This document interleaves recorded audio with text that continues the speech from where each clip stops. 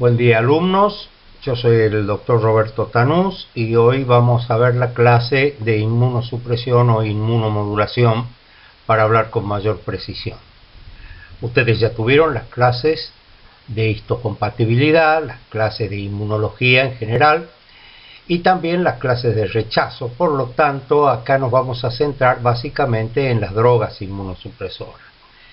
Como ustedes saben, estos son medicamentos que modifican la respuesta inmune normal del individuo y su indicación básica son las patologías autoinmunitarias tipo lupus, artritis reumatoidea, etc. En el trasplante de órganos, su uso, tanto solas como combinadas, permiten la prevención del rechazo por un lado y el tratamiento del mismo cuando éste se presenta, y a través del tiempo esta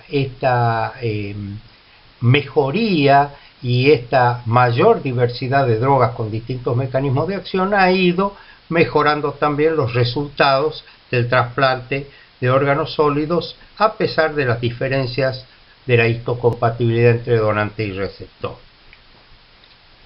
Otro concepto muy importante que tienen que tener de inicio es que tras el trasplante es muy importante conseguir un equilibrio entre el efecto inmunosupresor de los fármacos y la respuesta inmunológica del huésped, con el fin de evitar las infecciones oportunistas. Por lo tanto, antes de administrar una terapia inmunosupresora es necesario valorar la eficacia y la potencial toxicidad de las mismas, así como individualizar en ciertos casos el tratamiento. Igualmente, a esta altura de la evolución de los trasplantes, que ya lleva más de 60 años, no hay un consenso universal sobre el mejor régimen inmunosupresor a utilizar, más allá de todos los avances que vamos a ver que se fueron sucediendo. En este gráfico de el fantástico Fontana Rosa queda graficada la relación entre la inmunosupresión y el trasplante. Desde siempre, desde que se empezó con los trasplantes ya de piel, el tema del rechazo era el gran tema a vencer, y me pareció bastante interesante esta manifestación de Fontana Rosa respecto del rechazo, ¿no? Es el gran cuco en los trasplantes histórico. Hoy por hoy sabemos que hay otros cucos importantes que hemos ido aprendiendo a sufrir, como son las infecciones virales, como son la aparición de tumores a largo plazo, etcétera, etcétera. Pero bueno, esta foto resume o hace una síntesis de lo que estamos viendo hoy. Como ven, hay factores que marcan pronóstico respecto de la evolución de un injerto renal en este caso. Vamos a aclarar acá que los tratamientos inmunosupresores son comunes a los trasplantes de todos los órganos sólidos, como ya van a ver en las respectivas charlas de trasplante de cada órgano por los especialistas a cargo. El rechazo agudo fue por años uno de los eventos inmunológicos que se lo marcó como uno de los generadores de pronóstico o de mal pronóstico a largo plazo. El rechazo agudo se presenta habitualmente dentro de los primeros días o los primeros 3 meses. Luego, como otro factor que marca pronóstico, es el rechazo crónico y también o nefropatía crónica del injerto, como así también el retraso de la función renal o DGF, que es el retardo en la función del injerto, que ya también habrán visto. Estas cuestiones son muy importante es poder manejarlas tempranamente y poder resolverlas a fin de preservar una mejor opción a largo plazo. La morbimortalidad cardiovascular también marca pronóstico respecto del injerto renal, y acá es muy importante que, como ya van a ver más adelante, el rol de las drogas inmunosupresoras en cuanto a la toxicidad. Lo mismo pasa con el cáncer o la aparición de tumores con los inmunosupresores es lamentablemente muy frecuente a largo plazo, pero ya a partir, diría yo, del tercero o quinto año empiezan a aparecer cierto tipo de tumores que son a lo largo de 20 años llegan a un nivel de casi el 50-60% de todos los pacientes tener algún tipo de tumor. Y finalmente, otro factor muy importante a tener en cuenta es la compliance del tratamiento. La compliance o adherencia al tratamiento siempre se la ve como una miscelánea, sin embargo, es muy importante porque es bastante frecuente ver que los pacientes no cumplen acabadamente con el tratamiento en cuanto a respetar las dosis, las frecuencias o cuando se quedan sin medicamentos, etcétera, etcétera, y eso genera que los niveles de droga en el organismo tengan una alternancia muy grande con muchos periodos varios de subinmunosupresión, lo cual genera el desarrollo de rechazo crónico, por ejemplo. Este hecho, el de la no adherencia o compliance del tratamiento, hace perder a nivel internacional alrededor de un 15% de los trasplantes de órganos. Bien, en este gráfico podemos ver de los factores de riesgo o la evolución de los factores de riesgo a través del tiempo, de lo que hablábamos recién. Como ustedes ven, en la línea verde ven lo que es la necrosis tubular aguda o la TGF o la falla inicial del injerto, la IRA, y también ven que se produce dentro de este primer periodo el rechazo agudo, ¿cierto? Luego, fíjense en la línea naranja cómo evoluciona a través del tiempo el rechazo crónico del injerto, que a 5 años de trasplantado ya hay un 50% de pacientes que tienen rasgos histológicos de nefropatía crónica del injerto.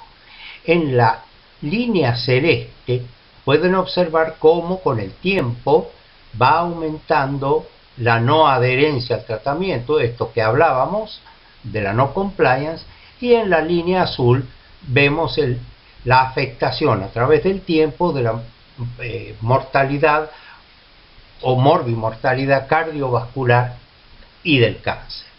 Cuestiones sobre las que ya vamos a volver.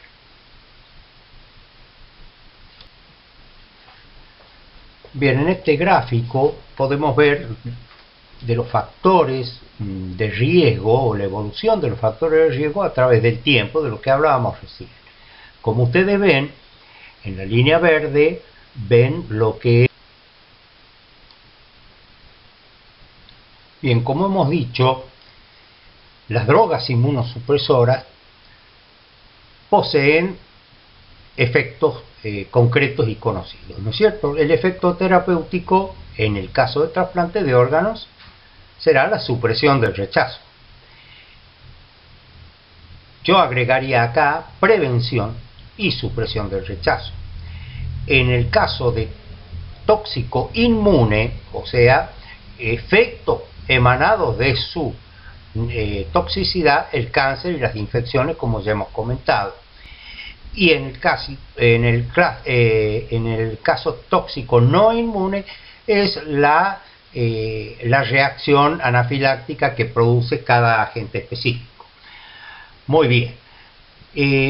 Recuerden, cuando hablemos de inmunosupresión, dos conceptos que son importantes a tener en cuenta, y que es la sobreinmunosupresión, tener mucho cuidado porque eso genera innumerables trastornos, básicamente infectológicos, y la subinmunosupresión, como hemos mencionado en el caso de adherencia, que generaba la presentación de rechazo del órgano, ¿no? A lo largo de los años, cuando nosotros iniciamos nuestros programas de trasplante, contábamos solamente con un par de drogas para el manejo de la inmunosupresión, la cual era la satioprina y los corticosteroides, y estamos hablando de la década del 60-70. Bueno, estas drogas han posibilitado el desarrollo de los trasplantes de órganos, pero con los años se han ido agregando nuevas drogas con distintos mecanismos de acción, y hoy, como ven, tenemos prácticamente un arsenal terapéutico que ha posibilitado la reducción de los rechazos, por ejemplo, y un poco la mejoría a largo plazo de los trasplantes. Así que es muy importante saber que hoy, cuando hablemos de individualización de la inmunosupresión, estamos basándonos en la posibilidad de dispensar diferentes combinaciones de drogas para según qué tipo de caso se trate, como ya vamos a ver más adelante. A lo largo de los años, cuando nosotros iniciamos nuestros programas de trasplante, contábamos solamente con un par de drogas para el manejo de la inmunosupresión, la cual era la satioprina y los corticosteroides, y estamos hablando de la década del 60-70. Bueno, estas drogas han posibilitado el desarrollo de los trasplantes de órganos, pero con los años se han ido agregando nuevas drogas con distintos mecanismos de acción, y acá tenemos graficado lo que decíamos en la diapositiva anterior. Fíjense ustedes que el inicio de los trasplantes allá por los años 60 y básicamente el inicio de los trasplantes con donantes cadavéricos y con protocolos de procuración, etcétera, etcétera, y todo esto que ya han visto en clases anteriores, a partir de los años 70, la incidencia de rechazo agudo era muy alta, un 80%, lógico, era el saludo del órgano ajeno al organismo, ¿no es cierto?, con un receptor. Entonces, contábamos solamente con azatioprina y con corticoides. En inicios de la década del 80 aparece un poderoso inmunosupresor, inhibidor de la calcineurina, que se llama ciclosporina, y que no solo modifica drásticamente la tasa de rechazos agudos, sino que permite el desarrollo de otros trasplantes que no sea el renal. Por ejemplo, a partir de la aparición de la ciclosporina aparecen los trasplantes ya en forma regular y con mejores resultados tanto de corazón como de hígado, como de pulmón y otros órganos. A lo largo de los años siguen apareciendo drogas como el tacrolimus, que es otro inhibidor de la calcineurina, primo hermano de la ciclosporina, pero 100 veces más potente que aquella y con diferentes efectos secundarios, en algunos casos clásicos, y que también fortalecen fíjense ustedes cómo la curva de la tasa de incidencia de rechazo va disminuyendo. En los años 90 y principios de los 90 aparecen otras dos drogas como el micofenolato mofetil, que es también un antiproliferativo parecido el mecanismo de acción a la de la satioprina, pero con un mayor impacto inmunosupresor, y también un inhibidor del mTOR, que es el sirolimus o everolimus, que son drogas que también actúan inhibiendo la tercera señal del rechazo, y por lo tanto la combinación de todas estas drogas con los corticosteroides e incluso con algunas drogas que se utilizan como inducción, fíjense ustedes cómo ya a partir de la década del 2000, la tasa de incidencia de rechazo agudo está entre el 15 y el 20%, sin dejar de mencionar que luego, en la década del 2000 y hasta el día de hoy, han aparecido nuevas drogas inmunosupresoras, pero la tasa de rechazos agudos se mantiene ahí en ese orden entre el 15 y 20%. Particularmente yo creo que es un poquito más alta, pero bueno, esto es lo que está descrito en la mayoría de los trabajos. Y acá llegamos a la síntesis de la clase prácticamente. Acá están todas las drogas inmunosupresoras de uso habitual en trasplantes de órganos, y si bien es cierto tienen distintos tipos de clasificaciones, me pareció la más práctica y la más efectiva clasificar estas drogas en dos grandes grupos. Un grupo son aquellos inmunosupresores utilizados en la inducción y otro grupo en el mantenimiento. Inducción es el tratamiento que se hace de inicio o pretrasplante o intratrasplante, e incluso continuando los primeros días de un trasplante, con una cantidad de drogas muy potentes, anticuerpos policlonales y anticuerpos monoclonales, cuestión de tratar de evitar al máximo la respuesta inmunológica del receptor.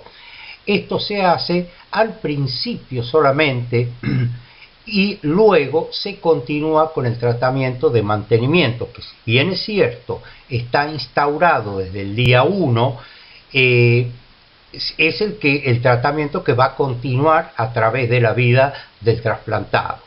En el caso de inducción se usa en general una de las drogas que ustedes ven acá, y en el caso de mantenimiento se utiliza en general el triple esquema combinando distintas de las drogas que ustedes ven ahí como drogas de mantenimiento. Dentro de lo que son los mecanismos de acción de estas drogas, bien, los que no depletan, que ven allí en primer lugar entre las drogas de inducción, son anticuerpos monoclonales humanizados, híbridos, que son anti-CD25, o sea que trabajan sobre inhibiendo una molécula de membrana de los linfocitos conocidas como CD25, y con lo cual van a generar una inmunosupresión bastante específica. Y están las que depletan, o sea, las que atacan a toda la gama de linfocitos, porque tienen distintos puntos actúan sobre distintos puntos de la membrana que recubre el linfocito, como el OKT3, el ATGAM, la timoglobulina o el alemtuzumab como el kappa. Acá el OKT3 actúa más sobre CD3, es tal vez un poco más específico y podría estar vinculado más en un intermedio entre los que no depletan y depletan. La que más se utiliza es la timoglobulina, que casi ya es de uso universal, y tiene que ver su uso, tanto las que no depletan o las que depletan cualquier droga que se utilice en inducción, tiene que ver si el paciente es un paciente de alto riesgo inmunológico o de bajo riesgo inmunológico, si es con donante vivo, si es con donante cadavérico, o si es un retrasplante o es un hipersensibilizado. O sea, en diferentes circunstancias se utiliza cualquiera de estas drogas como inducción. Hay algunos casos, algunos trabajos de algunos colegas que hacen, sobre todo en retrasplante de pacientes hipersensibilizados, usan una o más drogas como inducción, lo cual es altamente riesgoso por las complicaciones que trae la sobreinmunosupresión. Y respecto de las drogas de mantenimiento, que son las que va a recibir el paciente toda la vida mientras dure su injerto, tenemos en primer lugar a los corticosteroides, de los cuales se usan la metilprednisona o metilprednisolona. Los corticoides tienen su mecanismo de acción es inhibiendo la síntesis de interleuquina 1, que activan las células T cooperadoras, e inhiben la interleuquina 6, que activa los linfocitos B. También actúan inhibiendo el factor de necrosis tumoral y interferón gamma. Por lo tanto, interfieren en la respuesta inmune tanto celular como humoral. Es un gran antiinflamatorio, pero que también hemos aprendido que tiene algunas propiedades inmunosupresoras. Respecto de los esteroides, es muy importante saber que tiene muchos efectos adversos, como por ejemplo las infecciones, la obesidad, la osteonecrosis aséptica, la hipertensión arterial, hiperglucemia, dislipemia, úlcera péptica, el Cushing y a largo plazo miopatía, catarata, arteriosclerosis. O sea, como ustedes ven, hay que ser muy cuidadosos cuando hablamos de la relación entre la eficacia de la dosis, ¿no es cierto?, y la toxicidad de los inmunosupresores.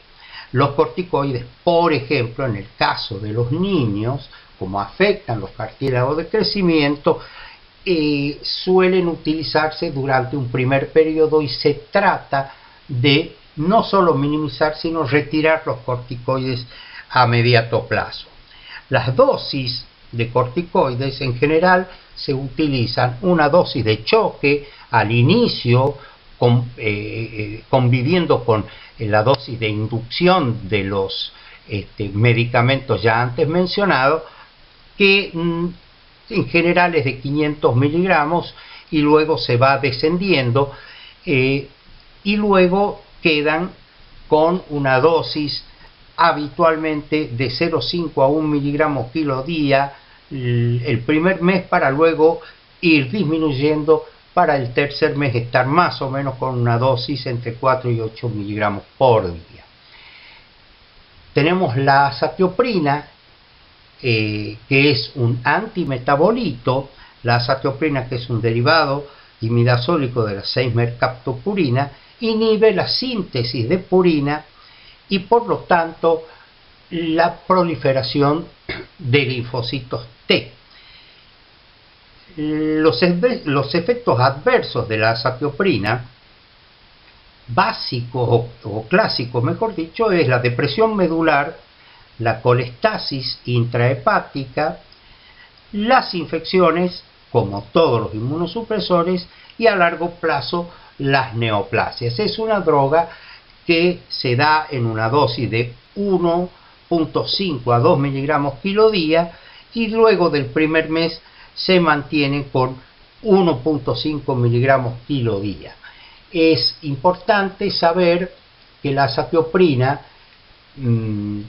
prácticamente ha caído en desuso y hoy solamente se la utiliza cuando el otro antimetabolito, como el micofenolato, produce intolerancias, y entonces en esos casos, cuando hay necesidad de retirar el micofenolato, bueno, se puede reemplazar por azatioprina.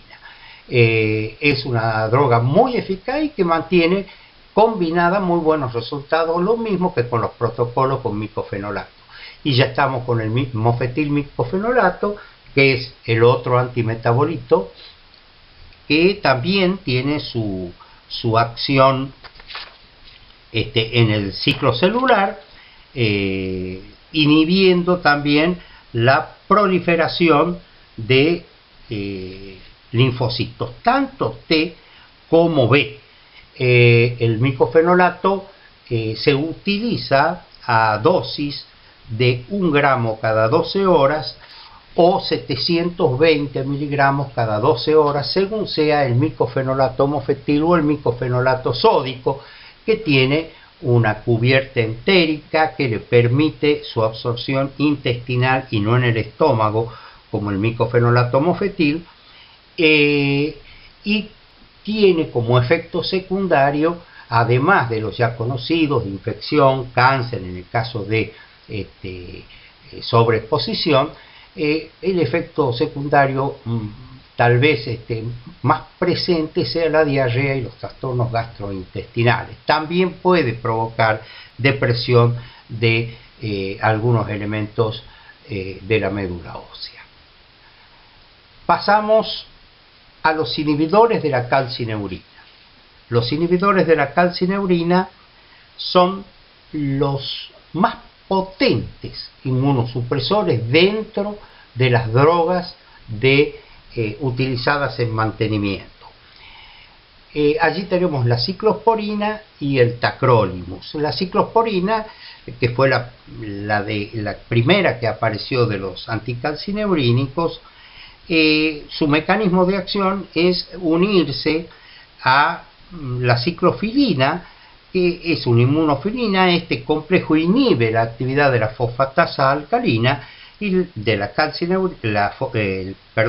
inhibe la actividad fosfatasa de la calcineurina, que participa en el control de la transcripción del ARN para la síntesis de las citoquinas, interleuquina 2 básicamente, inhibiendo la expansión clonal de células T.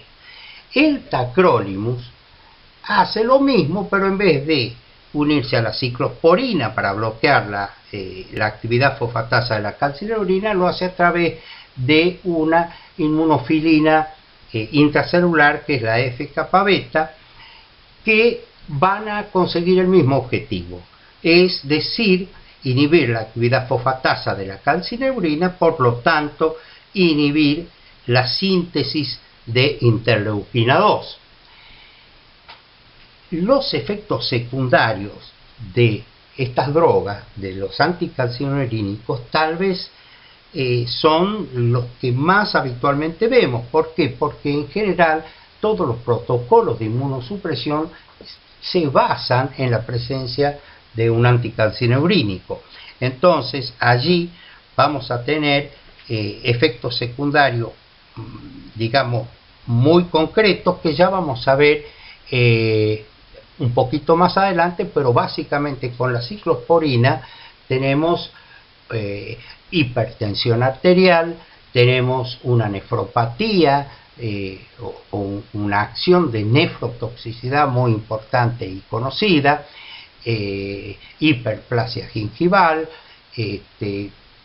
y bueno, por supuesto, todo lo que tiene que ver con el desarrollo de cáncer, síndrome linfoproliferativo e infecciones. Lo mismo que el tacrolimus, pero el tacrolimus es tal vez más diabetogénico que la ciclosporina, y la otra característica del tacrolimus es la afectación neurológica, que puede ir desde temblores hasta convulsiones en algunos casos. Por lo tanto, hay que ser muy cuidadoso respecto de las dosis y respecto de estar alerta a los síntomas que presentan los pacientes que reciben estas drogas. Estas dos drogas son dosables, y esto es muy importante porque según el dosaje de estas dos drogas van a ser los ajustes de dosis pertinentes. En el caso de la ciclosporina, se dosa, digamos, en el periodo valle o predosis. Si bien es cierto su mayor actividad es a la segunda o tercera hora de la ingestión de la ciclosporina, se mide habitualmente más confortablemente en predosis o valle, que debe tener un índice, o debe tener un valor al principio más alto, porque es donde se requiere una mayor inmunosupresión, que está entre el orden de los 250 y 350 nanogramos por mililitro. Luego del primer mes esto baja a razón de 200 a 300, y luego del tercer mes ya baja en el orden de 100 a 200 nanogramos por mililitro. En cuanto al tacrolimus, también se dosa. Los dosajes deben hacerse siempre en predosis, y deben hacerse al inicio cada 48 horas la primera semana, y luego se va espaciando una vez que ya tenemos estabilizada la presencia o la concentración óptima que necesitamos o que juzgamos en sangre. El tacrolimus, la dosis de inicio debe permitir la presencia de la droga en un rango de 8 a 12 nanogramos por mililitro, y luego a partir del tercer mes ya se puede manejar entre 4 y 8 nanogramos por mililitro. Finalmente, los inhibidores del mTOR, perdonen lo de finalmente, los inhibidores del mTOR que inhiben la tercera señal, o sea, inhiben la fase de secreción de la interleuquina 2, por lo tanto, inhiben la expansión clonal, son es la rapamicina, que son el sirolimus, el everolimus, que tienen algunos efectos digamos favorables respecto de los otros inmunosupresores, como tienen algunas propiedades antivirales y eventualmente también anticancerígenas. En general estas drogas se usan también en combinación con un anticalcineurínico y esteroides, pero en general se usan más como switch cuando hay que suspender los anticalcineurínicos por algún motivo, sobre todo por nefrotoxicidad. En general se puede intercambiar por sirolimus o everolimus.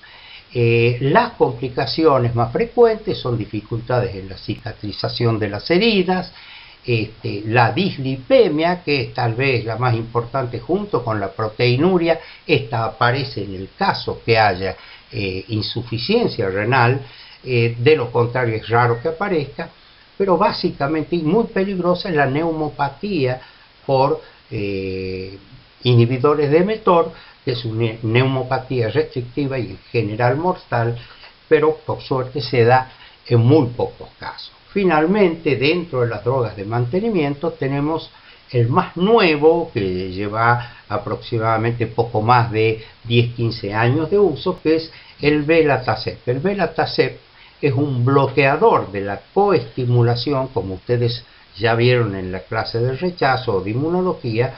La coestimulación es lo que necesita para ponerse en marcha el mecanismo de respuesta inmune.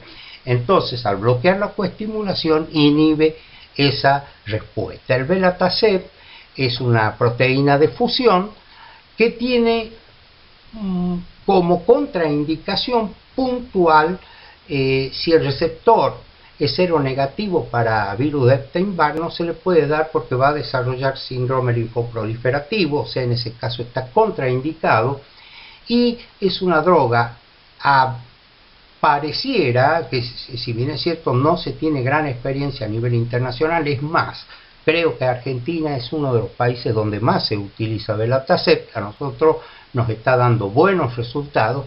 Tiene una ventaja: si bien es cierto, al inicio se da una infusión intravenosa de 10 miligramos kilo día, los días 1 y 5, luego la semana 2 y 4, luego se da 10 miligramos kilo día una vez al mes, y como ven, luego del tercer o cuarto mes el paciente queda solamente con una infusión mensual intravenosa. Es muy cómodo, muy práctico, favorece el tema de la adherencia, y como efectos secundarios realmente, salvo algunos trastornos gastrointestinales menores, no, y obviamente teniendo la previsión de lo que hablábamos de la serología negativa del Epstein-Barr virus, en general hasta acá está dando muy buenos resultados. Llama la atención que su uso esté restringido a nivel internacional, pero bueno, iremos viendo con los años a raíz de que por qué se trata esto. En el caso nuestro, hasta hemos tenido una paciente bajo régimen de Belatacept que ha sido madre 2 veces ya, y no hubo necesidad de suspender la droga ni de modificar, y sus hijos están perfectos. Muy bien, vamos a seguir con una pequeña mirada ahora en la diapo que viene respecto de dónde, una síntesis de dónde actúan estos inmunosupresores. Bien, como pueden ver acá, esto ya lo habrán visto cuando vieron la clase de inmunología, más probablemente cuando vieron la clase de rechazo. Esto es simplemente una síntesis muy breve. Esta es la célula presentadora del antígeno que trae presentando los péptidos de los antígenos HLA que se presentan a la membrana del linfocito T. Esta presentación es el inicio de la actividad. Acá ustedes ven que se activa la calcineurina y a través de su actividad fosfatasa se activa el RNA que va a producir la síntesis de interleuquina 2. Acá está el receptor de interleuquina 2, el que luego va a promover la liberación de las mismas citoquinas y van a generar la expansión clonal en el ciclo celular. Acá actúa los inhibidores de la calcineurina en la primera señal. Esto se conoce como primera señal. La segunda señal es lo que hablábamos, que es necesaria para que esta primera señal surta efecto. Necesita de la coestimulación, que repito es la segunda señal, y es donde actúa a nivel de interacción entre los CD80-86 y CD28 el Belatacept. Esta coestimulación permite que siga en marcha el proceso de estimulación de la respuesta inmune. Finalmente, la tercera señal, que es donde actúan los inhibidores del mTOR que ustedes observan allí, inhiben la secreción de interleuquina 2, por lo tanto inhiben la expansión clonal.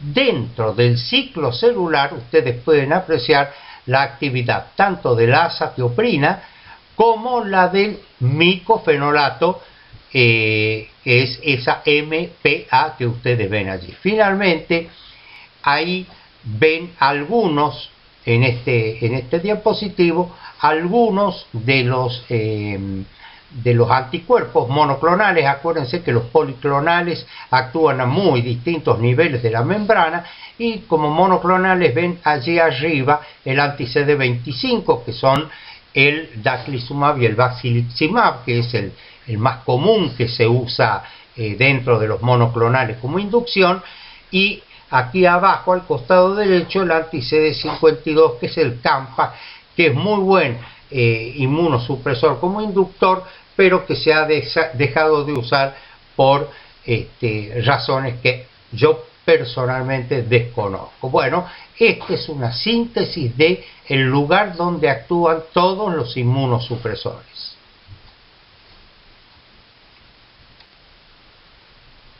Y esto es una síntesis de la diapositiva anterior, más simplificada, donde ven las 3 señales.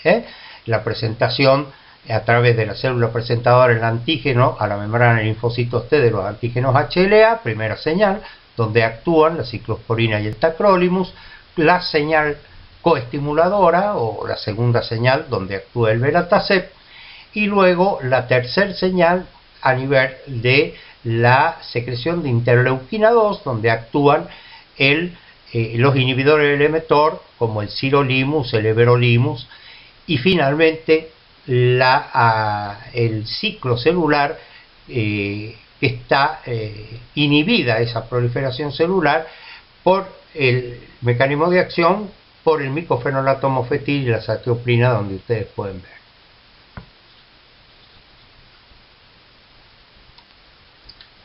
Bien, cuando hablamos de optimización de la inmunosupresión,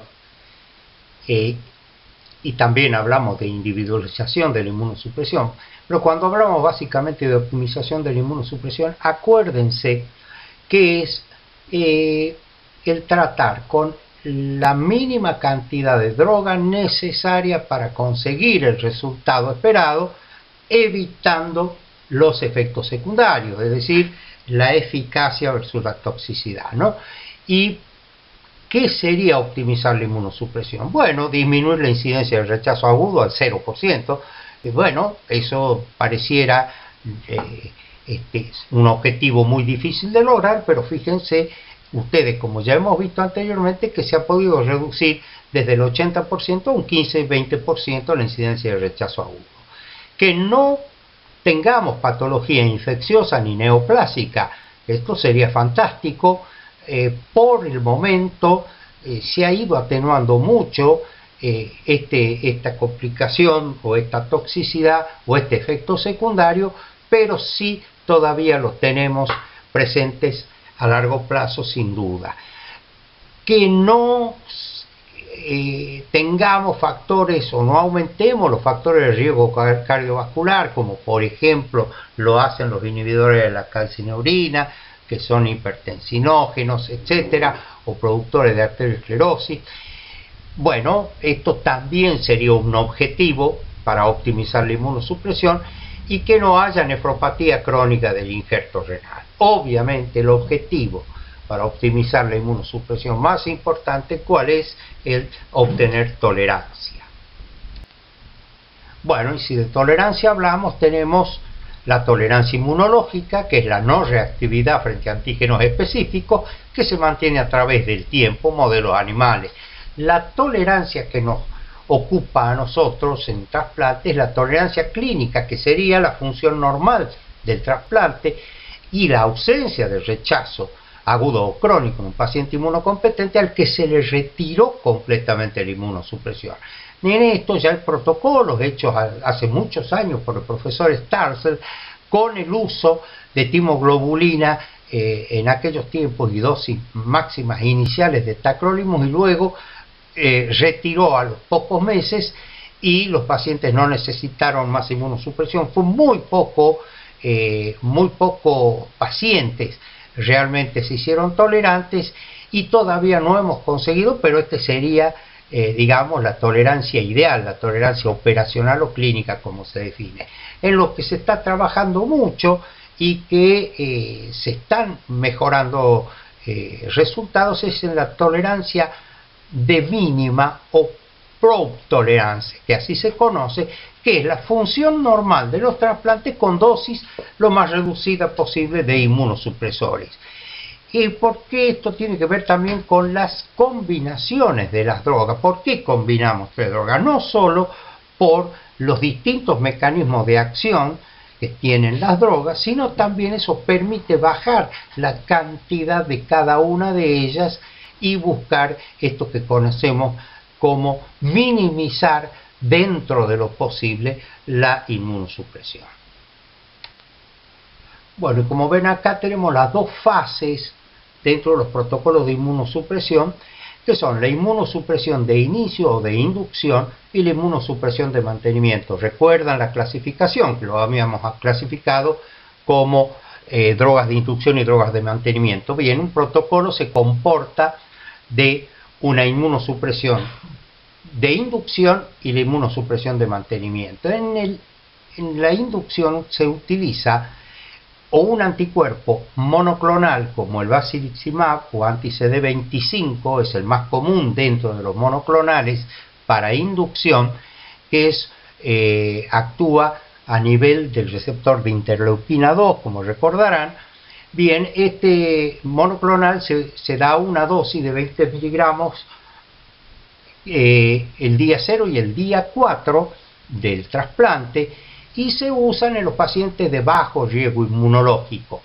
En el caso de los pacientes de alto riesgo inmunológico, o que tienen mayor tiempo de isquemia, o que tienen donantes con criterios expandidos, o que tienen al bajo título pero tienen anticuerpos anti-HLA, el receptor, en esos casos se utiliza la timoglobulina o anticuerpos policlonales. El más usado obviamente es la timoglobulina, que se da en dosis de 1 a 5 miligramos kilo día durante, según la necesidad, 3 días hasta 7 días. Eso es la inmunosupresión de inicio o inducción. Siempre va acompañada con una infusión alta de metilprednisolona a razón de 500 miligramos. Luego ese corticoide se empieza a descender.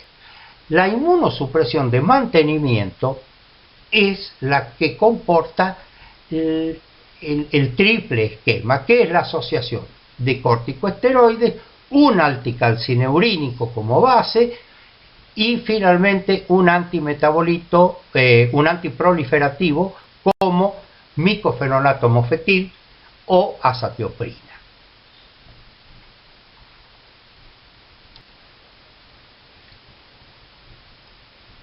¿Por qué individualización de la inmunosupresión? Porque, como ya más o menos se fueron dando cuenta, no es lo mismo hacer un tratamiento inmunosupresor a un paciente adulto que recibe un órgano de otro paciente adulto que tiene anticuerpos preformados, o a un paciente diabético, o para un doble trasplante como renopancreático o hepatorrenal, o un niño. Entonces tenemos que saber combinar y saber utilizar todas las posibilidades que hoy disponemos para dar la mejor inmunosupresión posible con el menor efecto secundario posible. ¿Cómo lo hacemos? A través de la combinación de las distintas drogas y a través de los distintos protocolos, como ahora vamos a ver. Y como ven ustedes acá, ¿cómo definimos esa individualización? Se trata de adaptar el tratamiento inmunosupresor a las características demográficas, clínicas e inmunológicas del donante y receptor durante toda la evolución del trasplante renal.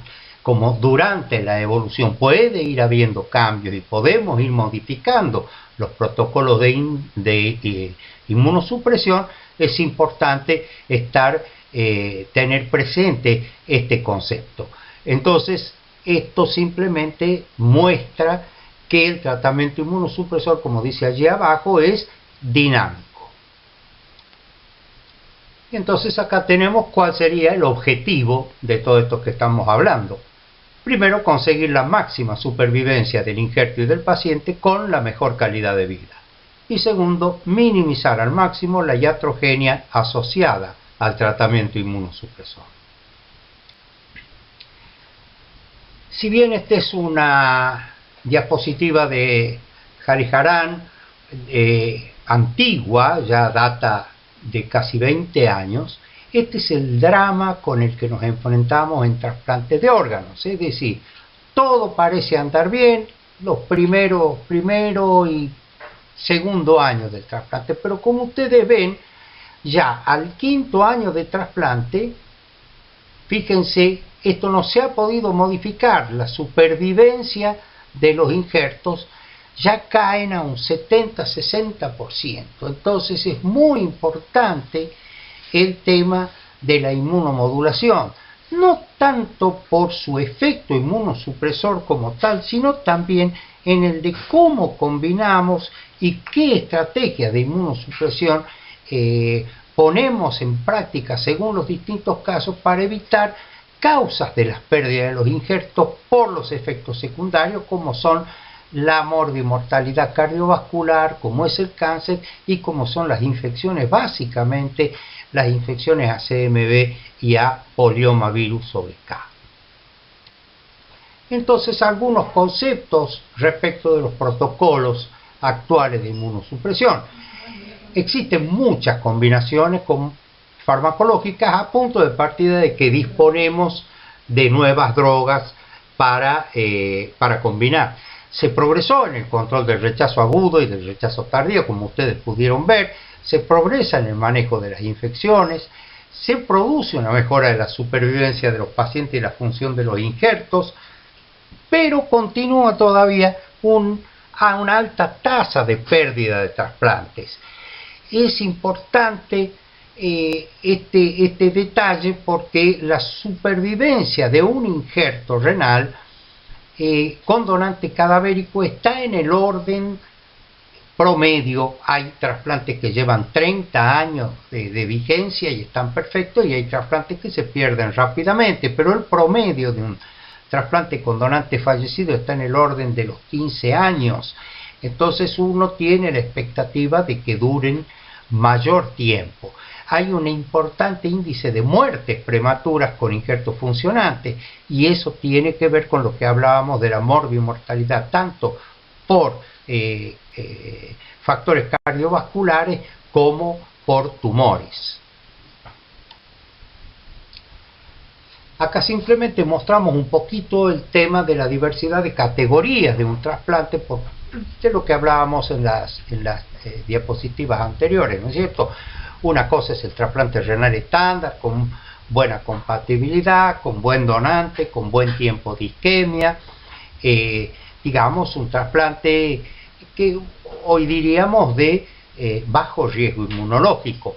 El paciente de alto riesgo inmunológico, un hipersensibilizado, un retrasplante, el paciente, el trasplante renal infantil o trasplante renal pediátrico, que tiene también sus características, como hemos hablado, particulares, el trasplante renal con riesgo nefrológico, por ejemplo, hay glomerulopatías que recidivan con mucha frecuencia a nivel del injerto, el paciente con hepatitis del virus C positivo, en fin, hay distintos tipos de trasplante o de categorías dentro del trasplante renal que hay que tener en cuenta a la hora de establecer un programa o un protocolo de inmunosupresión.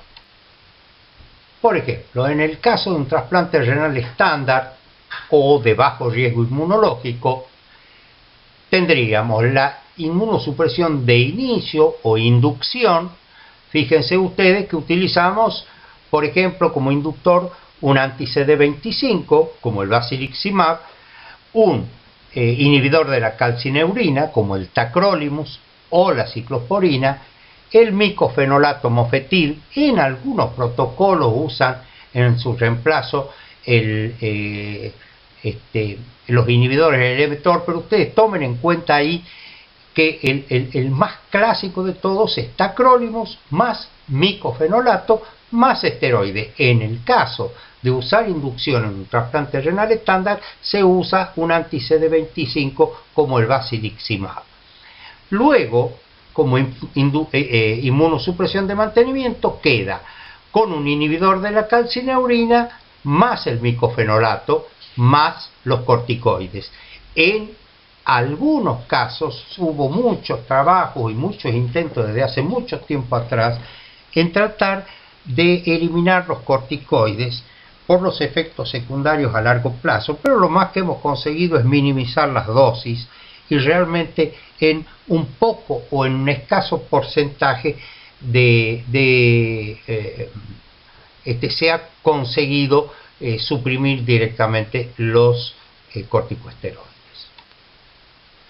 Y en el caso de la inmunosupresión de pacientes de alto riesgo inmunológico, como ustedes pueden ver, se utiliza la globulina antitimocítica o la timoglobulina como inductor, y luego como inmunosupresión de mantenimiento el tacrolimus, el micofenolato y los esteroides. Y acá tienen más o menos el registro estadounidense, que es, ellos hacen una cantidad de trasplantes muy significativa y por lo tanto marcan pautas, pero esto se replica a nivel europeo, a nivel sudamericano, a nivel asiático, y es más o menos cómo evolucionó el uso de los inmunosupresores para ver, para que ustedes vean cómo está más o menos homogeneizado el criterio a nivel mundial. Fíjense ustedes en la primera imagen de los inhibidores de la calcineurina, cómo a partir del conocimiento o del inicio de uso del tacrolimus, ha empezado a caer el uso de la ciclosporina, y hoy el anticalcineurínico que se usa en el 90% de los casos es el tacrolimus. Recuerden que el tacrolimus es intercambiado por la ciclosporina en los casos que genere diabetes o que genere alteraciones neurológicas. Luego, recuerden, el anticalcineurínico es el inmunosupresor base de la combinación del tratamiento preventivo del rechazo. Se combina con un antimetabolito, recuerden, micofenolato o azatioprina. Fíjense ustedes cómo desde el año 95 el uso del micofenolato ha suplantado casi en su totalidad a la azatioprina por su mayor potencia inmunosupresora, porque tiene mayor actuación sobre los linfocitos B, y hoy se usa en un 90% de los casos como antimetabolito el micofenolato por sobre la azatioprina. Por ejemplo, un caso en el cual uno podría suponer o podría intentar reemplazar la azatioprina por el micofenolato, no solo con los trastornos gastrointestinales, y estos son muy importantes, sino también, por ejemplo, si hay una persistencia de infecciones por citomegalovirus, que el micofenolato es mucho más proclive a generarlas que la azatioprina. Fíjense ustedes, el tercer medicamento que se utiliza en estos esquemas son los corticoides, y vean ustedes cómo, a pesar de los intentos de disminución de las dosis y de su uso, etcétera, etcétera, etcétera, todavía hoy más del 60% de los protocolos internacionales usan corticoides a dosis baja. Entonces, recuerden, tacrolimus, micofenolato mofetil y corticosteroides es el triple esquema clásico y básico. Vean ustedes, curiosamente, pese a haber sido muy prometedora su aparición de los inhibidores del mTOR, como el everolimus o el sirolimus, fíjense ustedes que no llegó a usarse nunca más allá del 20% de los trasplantes.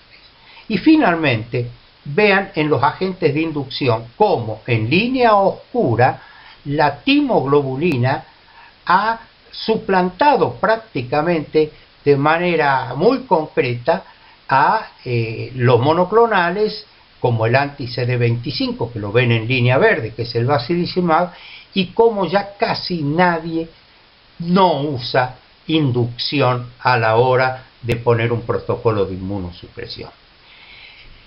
Muy bien, esto es la base del tratamiento hoy de todos los trasplantes: trasplante cardíaco, pulmonar, hepático, renal, renopancreático, etcétera, etcétera, etcétera. ¿Hay otros inmunosupresores? Sí, como vimos, el Belatacept, por ejemplo, reemplaza al tacrolimus o inhibidores de la calcineurina. Y en cuanto a inducción o a pacientes que presentan rechazo humoral, vamos a ver que hay otras drogas que también entran a jugar en el protocolo o en el manejo de la inmunosupresión.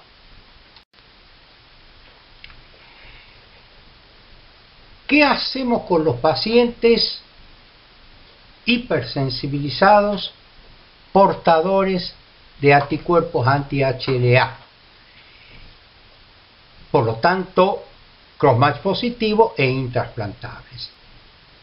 Tenemos los protocolos o tratamiento de desensibilización. En estos casos se utiliza inmunoglobulina intravenosa, se utiliza un anti-CD20 muy potente a dosis de 372 miligramos por metro cuadrado, que se da, digamos que tiene un efecto de 6 meses y prácticamente plancha los linfocitos B, y que es el rituximab, que se utiliza en general para el tratamiento de los linfomas, y plasmaféresis. Se hace a días alternos rituximab y plasmaféresis. E inmunoglobulina intravenosa. Esto buscando eliminar o sacar de circulación a los anticuerpos anti-HLA en el receptor. Es muy importante, sepan esto, son protocolos que en general se debieran hacer cuando tienen la posibilidad de un trasplante cercano, porque no dura para siempre la desensibilización por el tema de la memoria inmunológica. Otra situación en particular es que pasa como inmunomodular una embarazada. Bueno, hay que evitar el micofenolato mofetil, y también en general yo recomiendo evitar los inhibidores del mTOR, más allá de algún trabajo aislado que mostró algún parto, algún embarazo con feliz término bajo tratamiento con sirolimus, pero yo lo evitaría al igual que el micofenolato mofetil. Y finalmente, una cuestión que tenemos que tener en cuenta en estos tiempos de la pandemia es qué hacer o cómo manejar la inmunosupresión en los trasplantados COVID-19 positivos. En esos casos se aconseja, si bien es cierto, son todos trabajos, se darán cuenta por qué, muy nuevos, muy preliminares, con pocas casuísticas todavía, y muy iniciáticos. De esto que les digo ahora puede cambiar radicalmente mañana o pasado, y la semana que viene ser totalmente diferente. Bueno, pero en principio evitar la timoglobulina y el micofenolato. Y en el caso que se presente un COVID positivo en un paciente trasplantado, habría que bajar el 20% los inhibidores de la calcineurina mientras se dan los tratamientos, yo diría, los protocolos que se están intentando con hidroxicloroquina, citromicina.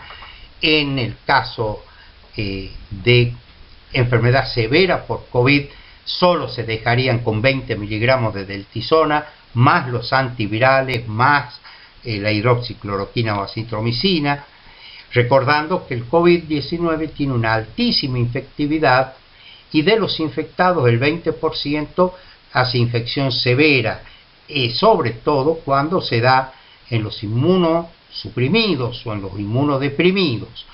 Tiene una mortalidad del 5 a 10%, pero en el caso de los trasplantes aumenta la prevalencia y aumenta la morbimortalidad hasta un 25%. Por lo tanto, es una cuestión a tener en cuenta y que deberemos ir aprendiendo en función de esta pandemia que nos está sometiendo en este momento. Acá un poco vemos, como síntesis un poco, las causas de por qué se pierden los injertos, en este caso los trasplantes renales. Fíjense ustedes, en las columnas negras es por la muerte del enfermo, en la columna roja es por la nefropatía crónica del trasplante, y mucha menor proporción se llevan la mortalidad o la enfermedad vascular, o la no compliance, o la recurrencia de la glomerulopatía, o el rechazo hiperagudo, que casi no lo vemos ya. Y ahora vamos a revisar un poquito, también a modo de síntesis, el tema de la eficacia y seguridad de los fármacos inmunosupresores. Ustedes recuerdan, ya todo esto lo hemos mencionado, pero este esquema simplemente para que lo grafiquen un poquito más, ¿no es cierto? Las drogas, acá tienen la prednisona, que tiene prácticamente nulo impacto en necrosis tubular aguda o insuficiencia renal aguda, o DGF. Sí tiene buena acción sobre el rechazo agudo, no tiene acción sobre la nefropatía crónica, tiene importante acción sobre la morbimortalidad cardiovascular, casi nada con el cáncer, y sí tiene un gran compromiso con la adherencia del paciente a ser trasplantado. Recuerden ustedes, simplemente a modo de ejemplo, que una mujer joven que recibe un trasplante con dosis alta de corticoides, enseguida tiene fascia singoide, y por ejemplo es una de las causas de que dejan el tratamiento, porque se ven feas, porque se ven gordas. Y bueno, por eso tiene que haber una muy buena interacción con el equipo terapéutico, que le tiene que ir explicando que eso es transitorio, etcétera, etcétera. Bien, respecto de los anticalcineurínicos como la ciclosporina o el tacrolimus, ustedes ven que tienen una incidencia sobre el retardo de la función del injerto. ¿Por qué? Porque inicialmente la nefrotoxicidad de los anticalcineurínicos produce una violenta contracción de la arteriola aferente, con lo cual hay caída del filtrado, con lo cual hay oliguria, hay ira, hay retención de agua y sal, etcétera, etcétera. Luego, sobre el rechazo agudo, fíjense que es más potente el tacrolimus que la ciclosporina, pero los dos son de las drogas más potentes, son tal vez las más previsoras respecto a la nefropatía crónica del injerto, siempre y cuando se mantengan las dosis adecuadas. Tienen un impacto importante sobre la mortalidad cardiovascular y son también muy importantes en cuanto al desarrollo de tumores a largo plazo. Los inhibidores del mTOR tienen un efecto para la prevención del rechazo agudo también interesante, no así en la nefropatía crónica del injerto. En la mortalidad cardiovascular tienen poco que hacer y no desarrollan tienen más bien efectos anticancerígenos. Por eso, habitualmente cuando un paciente desarrolla algún tumor de piel o tiene antecedentes de haber sido portador de un cáncer antes de ser trasplantado, luego de cumplido el periodo que debe esperar libre de tumor, en general en esos pacientes se utiliza inhibidores del mTOR conjuntamente con inicialmente micofenolato y corticoides. Luego, los antimetabolitos tienen acción sobre el rechazo agudo y tienen acción sobre el desarrollo de tumores, ¿cierto? Y en el caso de los efectos cardiovasculares de los inmunosupresores, a modo de repaso, recuerden, la hipertensión arterial va de la mano de la prednisona, de los anticalcineurínicos, básicamente. La dislipemia se agrega allí los inhibidores del mTOR. El tacrolimus es menos dislipémico que la ciclosporina. En el sobrepeso se llevan las palmas los corticosteroides, y en cuanto a la diabetes, tanto los corticosteroides como habíamos hablado, el tacrolimus son los más diabetogénicos. Luego, tanto los inhibidores de mTOR como el micofenolato pueden producir anemia, y aumento de la creatinina o nefrotoxicidad es patrimonio casi exclusivo de los anticalcineurínicos por igual. En esta clásica diapositiva de Nankivel, otro australiano del grupo de Chapman, podemos observar cómo en la parte superior se ve la incidencia al principio más alta de rechazo. En oscuro está el rechazo agudo, en un poco más claro el rechazo agudo subclínico, y en más clarito el rechazo borderline, que en general debemos considerarlo como rechazo agudo y tratable. Por lo tanto, y como ven, al principio es donde tienen mayor incidencia y a lo largo de los años deja de presentarse, pero como ven en la parte inferior de la imagen, a lo largo de los años van apareciendo y maximizándose hasta llegar casi al 90% de 10 años el deterioro o la lesión crónica del injerto. Esta es una diapositiva clásica, pero muy importante porque nos enseñó a manejar el tema de la nefropatía crónica del injerto. Y siguiendo con este trabajo de Nankivel, aquí pueden ver ustedes el desarrollo de nefropatía crónica del injerto en protocolo de biopsias pautadas, digamos, lo que se conoce como biopsias de protocolo, como a lo largo de los años el 50% de los pacientes tienen ya un grado 3 de compromiso de nefropatía a 10 años, y casi el 100% tiene por lo menos a 10 años una leve nefropatía crónica, aunque sea de grado 1, que eso se traduce con atrofia tubular y fibrosis intersticial, lo que se conoce como IFTA, para que vean ustedes que lo de los anticalcineurínicos y lo de la senescencia del riñón y lo del impacto de los rechazos, a veces no bien tratados o completamente tratados, tienen su costo a largo plazo. Bien, y terminando con esta parte de nefrotoxicidad, que es muy importante, sobre todo porque, repito, los anticalcineurínicos son la base de los esquemas de inmunosupresión y son los que a largo plazo más dificultades conllevan respecto de los efectos secundarios. Estas formas de nefrotoxicidad pueden ser agudas, subagudas o crónicas. Lo agudo se da en días y en general como factor predisponente para este caso de la toxicidad aguda es muy importante el donante. Tanto la hipotensión del donante como el donante pediátrico como el donante añoso son factores predisponentes, como ya vieron ustedes cuando tuvieron las clases de procuración. ¿Qué se hace en estos casos? Evitar los anticalcineurínicos durante la fase inicial o la primera semana, mientras está cubierto con una buena inducción con timoglobulina.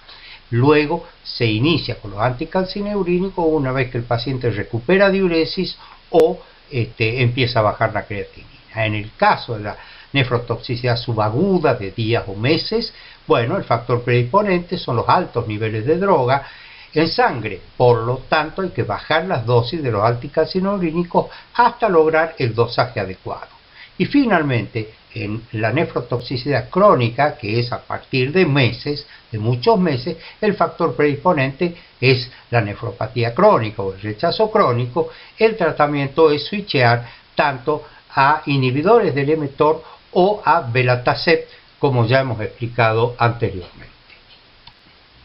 El último párrafo de esta charla quería dárselo a la parte de tumores y trasplantes, porque estamos viendo con mucho que como hoy tenemos resultados o tenemos pacientes trasplantados de muchos años, bueno, estamos empezando a ver una variedad de tumores y se está trabajando mucho en cómo minimizar esta circunstancia. Entonces, siempre, como ustedes ya habrán escuchado en las clases preexistentes, hay un riesgo de recurrencia del tumor después del trasplante, de un trasplante preexistente. Están los tumores de baja recurrencia, como por ejemplo los linfomas, el cáncer de testículos, tiroides, como ustedes ven allí. Están los de recurrencia intermedia, que recurren hasta un 25%, que son los de cánceres de útero, tumor de Wilms, de próstata o de colon, y los cánceres de alta recurrencia, que recurren en más del 25% de los casos, que son cáncer de vejiga, cáncer de piel, cáncer renal sintomático, mieloma o sarcoma. Recuerden ustedes que el tiempo de espera entre que un paciente tuvo un cáncer y fue tratado hasta el trasplante, en ese periodo que no hay actividad tumoral, en algunos casos, para algún tipo de tumores que ya habrán visto en clases previas, es hasta 2 años y en otro hay que esperar por lo menos hasta 5 años. Y en esta última diapositiva ustedes pueden ver cómo es de importante el impacto del tratamiento inmunosupresor sobre el desarrollo del tumor en la población trasplantada. Fíjense ustedes que hay drogas como por ejemplo en los primeros 10 años el micofenolato, la ciclosporina combinada con el micofenolato, el tacrolimus combinado con el micofenolato. A 10 años ya hay un 30% de probabilidades de tumor o tumores acumulativos, digamos, en la casuística, pero a 15 años o a 25 años, ¿cómo aumenta drásticamente la presencia de algún tipo de tumor. Si bien es cierto, en su mayoría son de piel, pero hay mucho síndrome linfoproliferativo y ya también estamos viendo mucho trasplante, mucho tumor de órganos sólidos, así que es muy importante tener presente el impacto de la inmunosupresión, como pueden ver ustedes acá en relación al cáncer. Y vean ustedes acá abajo donde dice SRL más micofenolato o anticalcineurínico, es el inhibidor del mTOR, o sea el sirolimus o el everolimus, que no desarrollan tumores. Es como una suerte de agente antitumoral. Por lo tanto, recuerden que habíamos mencionado que en el caso de antecedentes tumorales del paciente receptor, o en el caso que un receptor desarrolle, aunque sea un tumor de piel que se pueda sacar, sin embargo, esos casos hay que switchar y ponerlos a los pacientes con este inmunosupresor. Bien, finalmente, antes de irme, ustedes ven acá una hermosa imagen del tren de las nubes de mi provincia de Salta, que espero que los que todavía no la conozcan vayan a conocer. Quería dejarles el siguiente mensaje. Estamos pasando un momento muy difícil con el tema de la pandemia COVID-19. Creo, esto es muy personal y muy particular, que estamos en los inicios, vamos a tener meses muy duros, así que por favor cuídense. Ustedes ya son casi médicos, instruyan a sus familias y a todos sus relaciones respecto de cómo deben cuidarse, y no se olviden básicamente que la distancia social, el uso de barbijo y el lavado de manos previenen casi en un 80 o 90% la infección de este virus. Un saludo y ojalá que la clase les haya resultado de utilidad.